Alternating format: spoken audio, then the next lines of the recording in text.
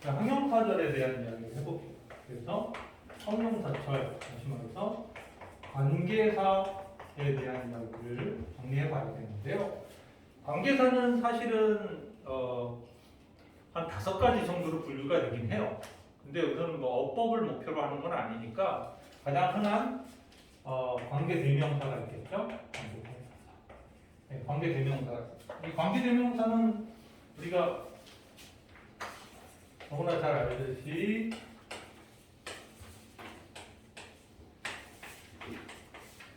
네, 형용사들로서의 관계의 대명사는 이렇게 5개밖에 없다. 그죠? what은 여기에 해당되지 않는다 그랬어요. 그렇죠? 그래서 형용사절로서의 관계사는 이렇게밖에 없다. 얘네들은 공통점이 모두 앞에 선행명사를 갖고 있죠. 앞에 선행명사가 이렇게 반드시 있어야 된다. 얘네들이 기능은 이 명사를 수식하는 게 핵심 기능이기 때문이죠. 그렇죠? 그러니까 어떤 선행사인 경우에 후가 오고 이런 거는 뭐 훨씬 더 낮은 수준의 얘기니까 그 얘기를 하려는 건 아니에요. 그건 어법적인 차원이니까. 이 선행사들이 앞에 있을 때 이 5개의 관계사는 충분히 등장한다. 그럼 뒤에 구조가 어떠냐라고 했을 때 후는 주어가 없는 동사로 출발하겠죠. 후는 반대로 주어 동사는 있는데 목적어 자리가 빠지겠죠. 네. 각각 없는 자리에 주목을 하세요. 주어가 없고 목적어 자리가 없겠죠. 후즈가 아주 조금 특이합니다. 후즈는 무관사 명사를 뒤에 갖고 주어 동사를 갖는다든가 동사 목적어나 보호를 갖습니다. 위치, 그 문장 구조가 후즈는 좀 특이해요. 그래서 후즈는 선행명사도 갖고 있지만 뒤에 무관사 명사를 꼭 갖고 있다. 그래서 후즈가 최근에는 이 후즈를 맞히는 물어보는 문제가 요즘에는 주목받고 있다. 왜냐하면 다른 관계대명사에 비해서 what과 더불어 가장 엽기성을 갖고 있는 놈이 후즈이기 때문이다. 이렇게 볼 수 있죠. 위치는 뭐 똑같아요. 위치는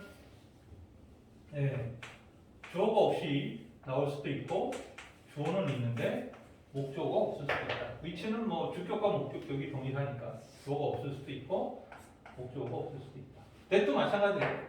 이거 뭐 똑같은 거라고 보시면 됩니다. 쟤네들은 각각 자신이 수식할 수 있는 선행명사를 갖고 문장 구조를 저렇게 갖고 나온다라는 것을 머릿속에 정비를 해야 돼요. 그래야 특히 that 같은 놈들은 관계사뿐만 아니라 접속사 기능도 있다 보니까 대신 왔을 때 얘가 형용사절로서 역할하는지 명사절로서 역할하는지를 판단해야 되는 그런 문제까지 포함되는 거죠. 그래서 that은 제일 쉽게 우습게 등장하지만 또 나왔다 이러면 굉장히 피곤하다. 그러면 이 중에 관계대명사 5개 중에 생략이 가능한 관계대명사가 뭐냐? 라는 걸 또 기억을 하고 있어야 돼요. 왜냐하면 관계대명사가 형용사절로 나왔는데 생략을 하고 나오면 어떻게 돼? 관계대명사 절인지 모르고 넘어갈 위험성이 존재하는 거죠. 그래서 생략도 있을 수 있다. 그래서 목적격 관계대명사 whom 그리고 위치나 대시 목적격일 때는 둘 다 생략됩니다. 여기다 옆에다 정리를 해봅시다. 목적격 반대는 생략이 가능하다라는 것을 정리해 볼 필요가 있죠. 목적격 반대의 문장 구조는 간단하죠. 선행명사, 목관, 그리고 뒤에 주어 동사 있는데 목적어 자리가 빠져 있는 여기 목적격 관계대명사의 특징이다. 이때 요놈을 생략한 상태에서 등장시킨다. 그러면 문장에 불쑥 명사 다음에 주어 동사가 튀어나오는 문장 구조를 맞닥뜨리게 되는 거죠. 그렇죠? 그래서 독해를 하다 보면 정말로 흔히 보는 거 명사 다음에 불쑥 주어 동사가 튀어나오는 구조입니다. 그 관계대명사가 생략됐다. 이렇게 판단하면 되겠죠. 이게 관계대명사 5개가 있어요. 그러면 두 번째 관계 부사가 있습니다. 관계 부사는 당연히 when, where, 형용사절로서 관계부사는 요거 세 개밖에 안 된다. how는 여기 해당되지 않는다 그랬죠. 왜냐하면 the way를 how는 못 갔기 때문이죠. 근데 즉 how라는 놈이 여기 안 되는 이유는 the way에 how라는 놈을 쓸 수 없기 때문에 선행 명사를 수식하는 기능을 how는 갖고 있지 못해. 그러니까 안 된다는 거죠. 아까 관계대명사에서 what은 왜 안 돼? 지가 명사니까 수식할 명사가 없는 거죠. 자기가 명사라 앞에 명사를 수식하지 않죠. 그래서 여기 what이 안 되는 이유는 수식할 명사가 없는 거예요. 왜? 지가 명사. 그죠? 그래서 what이 관계대명사지만 형용사들이 아닌 이유. 그리고 how가 관계부사지만 역시 형용사들이 아닌 이유를 이렇게 설명해 볼 수 있죠. 하지만 나머지 when, where, why는 앞에 시간 선행명사 the time 그리고 장소 선행명사 the place. 근데 where는 place뿐만 아니라 예를 들어서 이 situation도 쓸 수 있어요. situation 어떤 상황, 상황이나 어떤 상태 등을 모두 설명할 수 있어요. 그러니까 where는 물리적인 장소뿐만 아니라 추상적인 어떤 상황을 설명하는 경우도 굉장히 많이 있다. 그래서 관계부사 중에는 where가 짱이다 이렇게 기억하면 돼요. 왜냐면 where는 누가 봐도 시간이잖아, 그렇지? why는 누가 봐도 이유죠. why는 이유, when은 시간이라는 매우 제한적인 선행명사를 갖는 반면에 where는 선행명사의 범위가 엄청 넓어진다. 그래서 뭐 더 확장하면 컨텍스트라는 말도 있죠. 컨텍스트가 뭐예요? 맥락이라는 단어가 있죠. 맥락. 어떤 앞뒤 문맥의 맥락 뭐 이런 얘기 하잖아요. 그 맥락을 설명할 때도 where를 쓸 수 있어요. 그러니까 where는 범위가 엄청 넓은 거죠. 자, 그리고 뒷문장은 어때야 된다? 완전한 문장. 주어, 동사, 목적어, 뭐 예를 들어 1형식에서 5형식까지의 완전 문장. 뭐가 빠진 게 있으면 안 된다. 주어도 있어야 되고 목적어가 있을 때는 꼭 있어야 되고 빠지면 안 된다. 이런 뜻이죠. 그래서 완전 문장 구조가 오는 게 관계부사예요. 근데 관계부사는 조심해야 되는 게 있어요. 명확하게 형용사절로서의 기능을 한다고 그랬잖아요. 그렇죠? 근데 이 관계부사들은 일제히 명사절로도 전환이 돼요. 왜 그러는가? 여기다가 조금 논리를 뽑아볼게요. 더 타임이라는 선행사를 when이 수식을 한다고 했잖아요. 그렇죠? 왼절이. 그래서 왼절이 얘를 수식해요. 근데 누가 봐도 더 타임과 when은 뜻이 같잖아요. 그렇죠? 이렇게 되니까 둘 다 쓸 필요가 없다고 보는 거죠. 그러니까 더 타임을 생략해서 쓰는 경우가 굉장히 많다. 그럼 더 타임을 없애버리면 졸지 얘가 뭐가 돼요? 꾸며줄 명사가 없어져 버리죠? 지가 명사가 반대가 돼. 반대. 아까 whom이라든가 which, that은 목적격 관계대명사일 때 생략이 가능하다고 했잖아. 얘네들은 앞에 the time이라는 선행명사가 명확하면 지가 생략되기도 해요. 그래서 지가 안 쓸 수도 있어요. 그러니까 그냥 바로 the time만 쓰고 뒤에 주어 동사 이렇게 나갈 수도 있어요. 그럼 여기에 when이 생략됐다는 걸 우리가 생각해내야 된다는 거죠. 그렇죠? 그러니까 관계부사는 그래서 형용사절이라고 선생님이 정의를 내리고 있지만 쟤네들은 동시에 무슨 절 역할도 해요? 명사절의 역할도 동시에 한다는 것을 기억하고 있어야 돼요. 그래서 관계부사들이 너무나 당연히 형용사절로서의 역할을 한다. 그러면 이제 우리 머릿속에서 이런 생각을 해봐야 되는 거죠. 그러면 관계부사가 형용사절로서의 역할을 해요. 그러면 관계 형용사라는 놈이 아까 있었잖아요. 그렇죠? 아예 이름이 관계 형용사라는 놈이 있어요. 한번 관계 형용사. 얘는 드물게 나오다 보니까 학생들 입장에서는 잘 모르는 경우가 굉장히 많아요. 그러니까 관계 형용사는 대놓고 얘는 형용사절인가? 라고 했을 때 놀랍게도 아까 얘기했지만 관계 형용사는 형용사절이 아니에요. 지금 여기 형용사절 얘기를 하고 있는 거잖아요.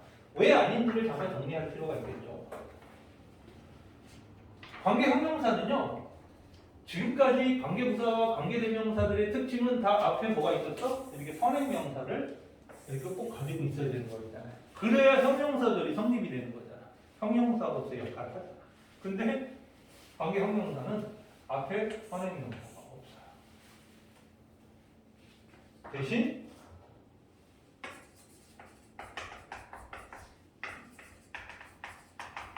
뒤에 있어요. 뒤에 있어요. 그리고 보통 이렇게 가죠. 그러면 아까 누구랑 좀 비슷하게 생겼니? 누구랑?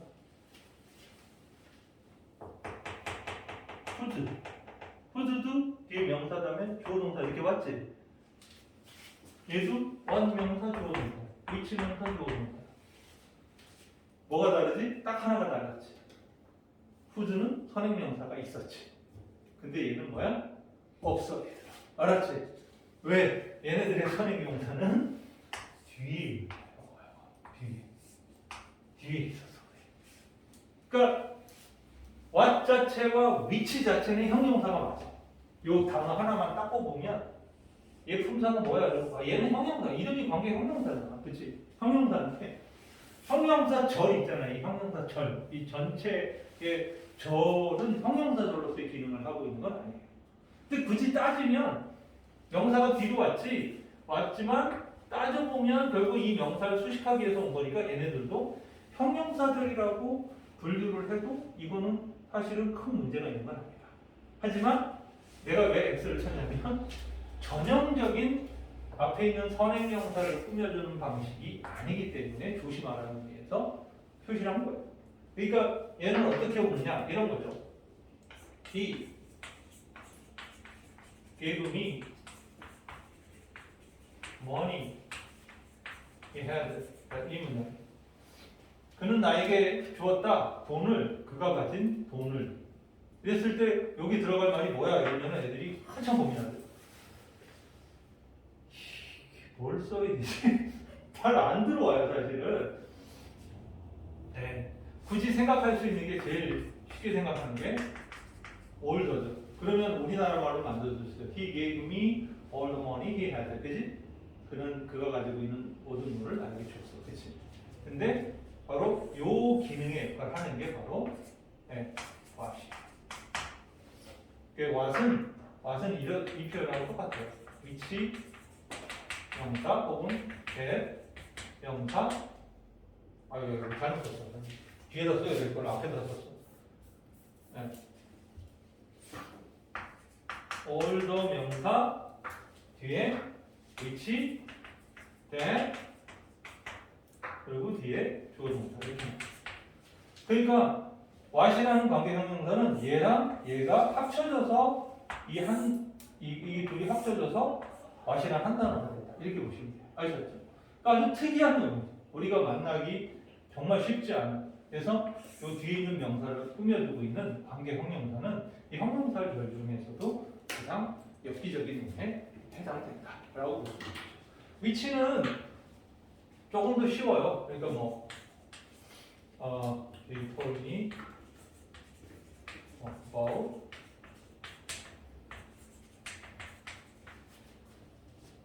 which car she had lost. 이런 얘기. 이런 문장 쓰는 거예요. 그녀는 내게 말하기를 about which car she had lost 했을 때 이 뭐야 이게 이상하게 나왔는데 이런데 당연히 어떤 차에 관해서 그녀가 잃어버린 그 차에 관해서 그녀는 내게 말해주었다 이거잖아요. 그렇죠? 근데 이때의 위치는 뭐냐면 이 뜻하고 똑같아요. this, that 명사 역시 위치 조동사 이거 똑같아요. 그러니까 아까 what은 older의 의미가 있었는데 위치는 이런 뜻이에요. 그래서 she told me about which car she had lost 이러면은 그녀가 잃어버린 그 차에 관해서 내게 말해줬다. 이렇게밖에 해석이 안 돼요. 그러니까 위치 명사는 해석도 사실은 별로 없어요. 이름밖에 안 되거든. 그러니까 이 두 개는 관계 형용사 파트는 이 형용사절의 역할을 하는 관계 대명사 중에서는 가장 엽기적인 놈이고 등장 확률이 0.1% 정도에 해당됩니다. 정말 드물게 나와요. 여러분들이 아마 영어 공부를 오래 해도 관계 형용사라고 하는 놈을 맞닥뜨리는 경우가 그렇게 자주 있지는 않다. 아주 드물게 등장합니다. 근데 한번 나올 때 특히 문제로 나오면 죽으라고 되는 거죠. 다 죽어! 하고 되는 거.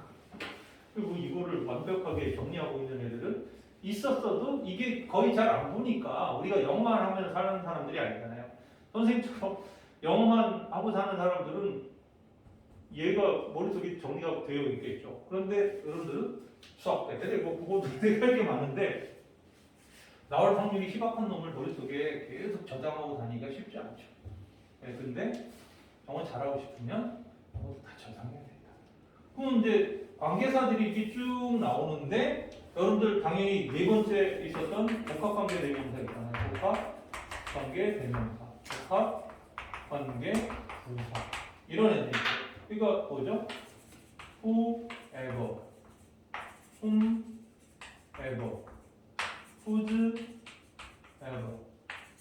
whichever, whatever 얘네들 하고 whenever, wherever, however 이렇게 해요.